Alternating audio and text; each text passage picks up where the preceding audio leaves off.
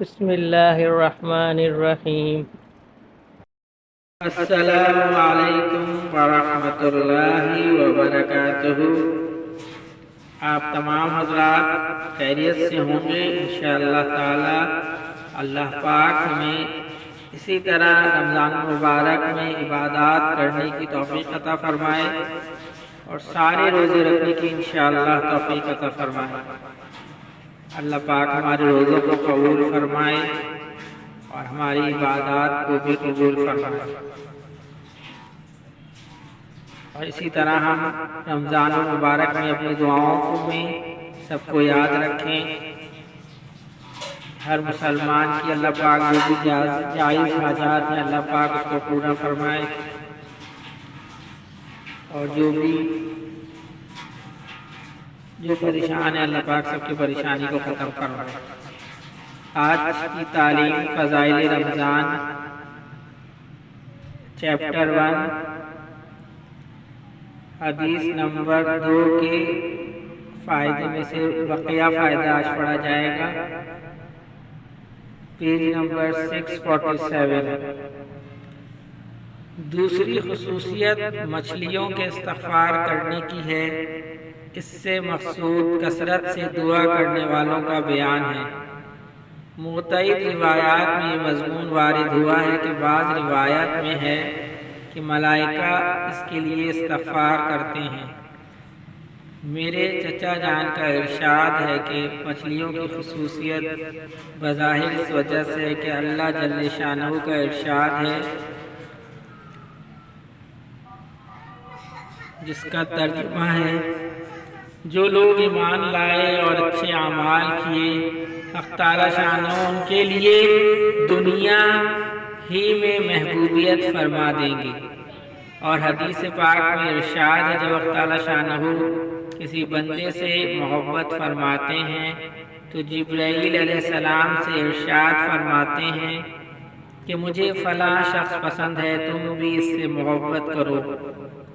وہ خود محبت کرنے لگتے ہیں اور آسمان پر آواز دیتے ہیں کہ فلاں بندہ اللہ کا پسندیدہ ہے، تم سب اس سے محبت کرو۔ بس اس آسمان والے اس سے محبت کرتے ہیں اور پھر اس کے لیے زمین پر قبولیت رکھ دی جاتی ہے۔ اور عام قاعدہ کی بات ہے کہ ہر شخص کی محبت اس کے پاس رہنے والوں کو ہوتی ہے، لیکن اس کی محبت اتنی عام ہوتی ہے کہ آس پاس رہنے والوں ہی کو نہیں بلکہ دریا کے رہنے والے جانوروں کو بھی اس سے محبت ہوتی ہے کہ وہ بھی دعا کرتے ہیں، اور گویا بر سے متجاوز ہو کر بحر تک پہنچنا محبوبیت کی انتہا ہے۔ نیز جنگل کے جانوروں کا دعا کرنا بطریق اولیٰ معلوم ہو گیا۔ تیسری خصوصیت جنت کا مزین ہونا ہے۔ یہ بھی بہت سی روایات میں وارد ہوا ہے۔ بعض روایات میں آیا ہے کہ سال کے شروع ہی سے رمضان کے لیے جنت کو آراستہ کرنا شروع ہو جاتا ہے، اور قاعدے کی بات ہے کہ جس شخص کے آنے کا جس قدر اہتمام ہوتا ہے اتنا ہی پہلے سے اس کا انتظام کیا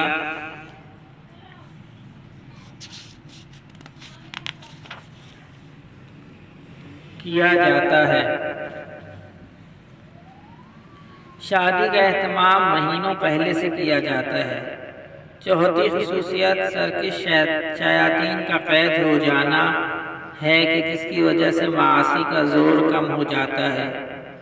رمضان المبارک میں رحمت کے جوش اور عبادات کی کثرت کا متقاضا یہ تھا کہ شیاطین بہکانے میں بہت ہی انتھک کوشش کرتے ہیں اور چوٹی کا زور ختم کر دیتے، اور اس وجہ سے معاصی کی کثرت اس مہینے میں اتنی ہو جاتی ہے کہ حد سے زیادہ۔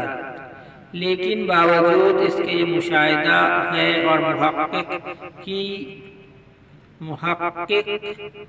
کے مجموعی طور سے گناہوں میں بہت کمی ہو جاتی ہے۔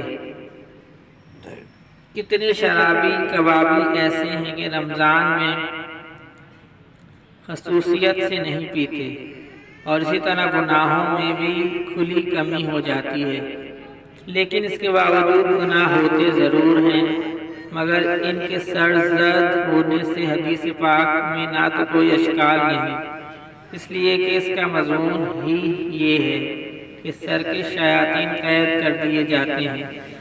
اس بنا پر اگر وہ گناہ غیر سرکشوں کا اثر ہو تو کچھ خلجان نہیں۔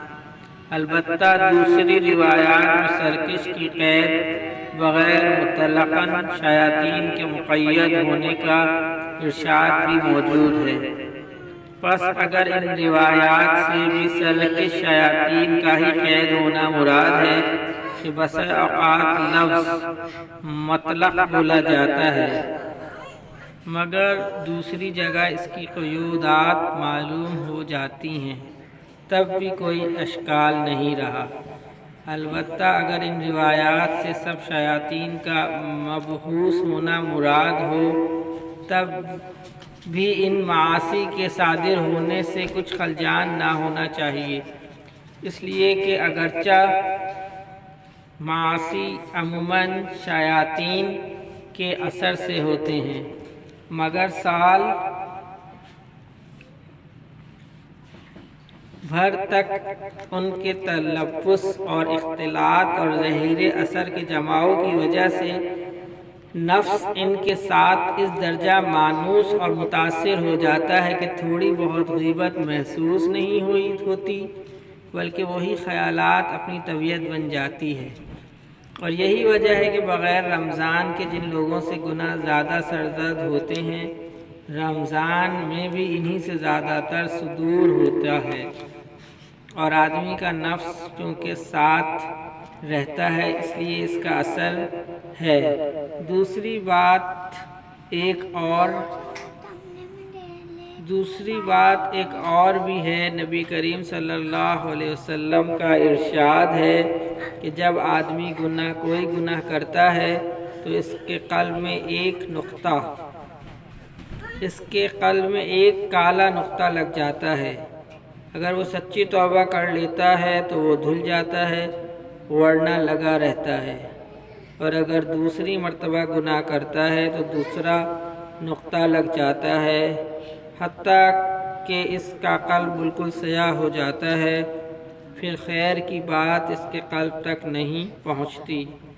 اسی کو اللہ تعالی شانہ نے اپنے کلام میں آیت سے ارشاد فرمایا ہے کہ ان کے قلوب زنگ آلود ہو گئے، ایسی صورت میں وہ قلوب ان گناہوں کی طرف خود متوجہ ہوتے ہیں۔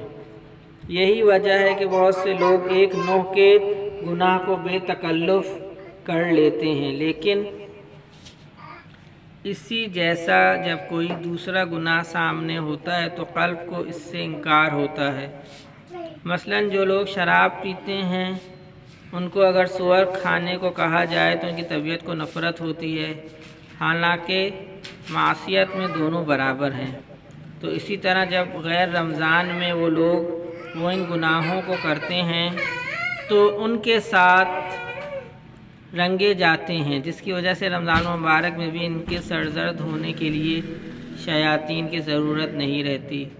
بالجملہ اگر حدیث پاک سے سب شیاطین کا مقید ہو جانا مراد ہے تب بھی رمضان المبارک میں گناہوں کے سرزد ہونے سے کچھ اشکال نہیں، اور اگر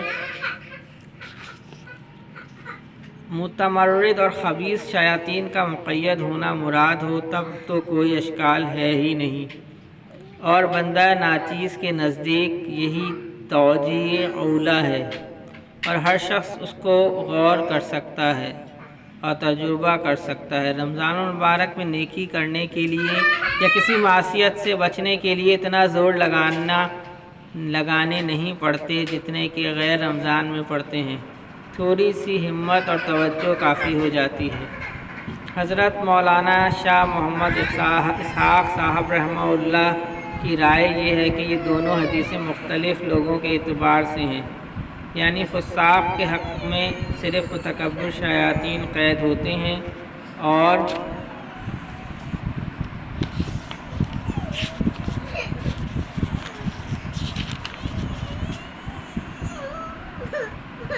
فساق کے حق میں صرف متکبر شیاطین قید ہوتے ہیں اور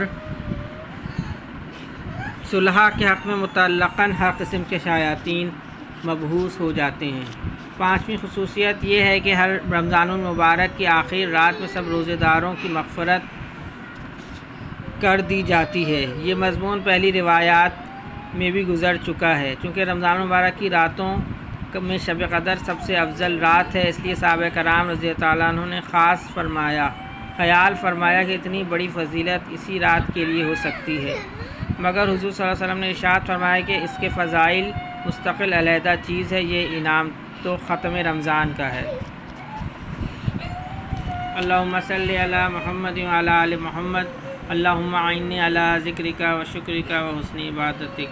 سبحان ربک رب العزت عما یصفون وسلام علی المرسلین والحمد للہ رب العالمین، آمین برحمتک یا ارحم الراحمین۔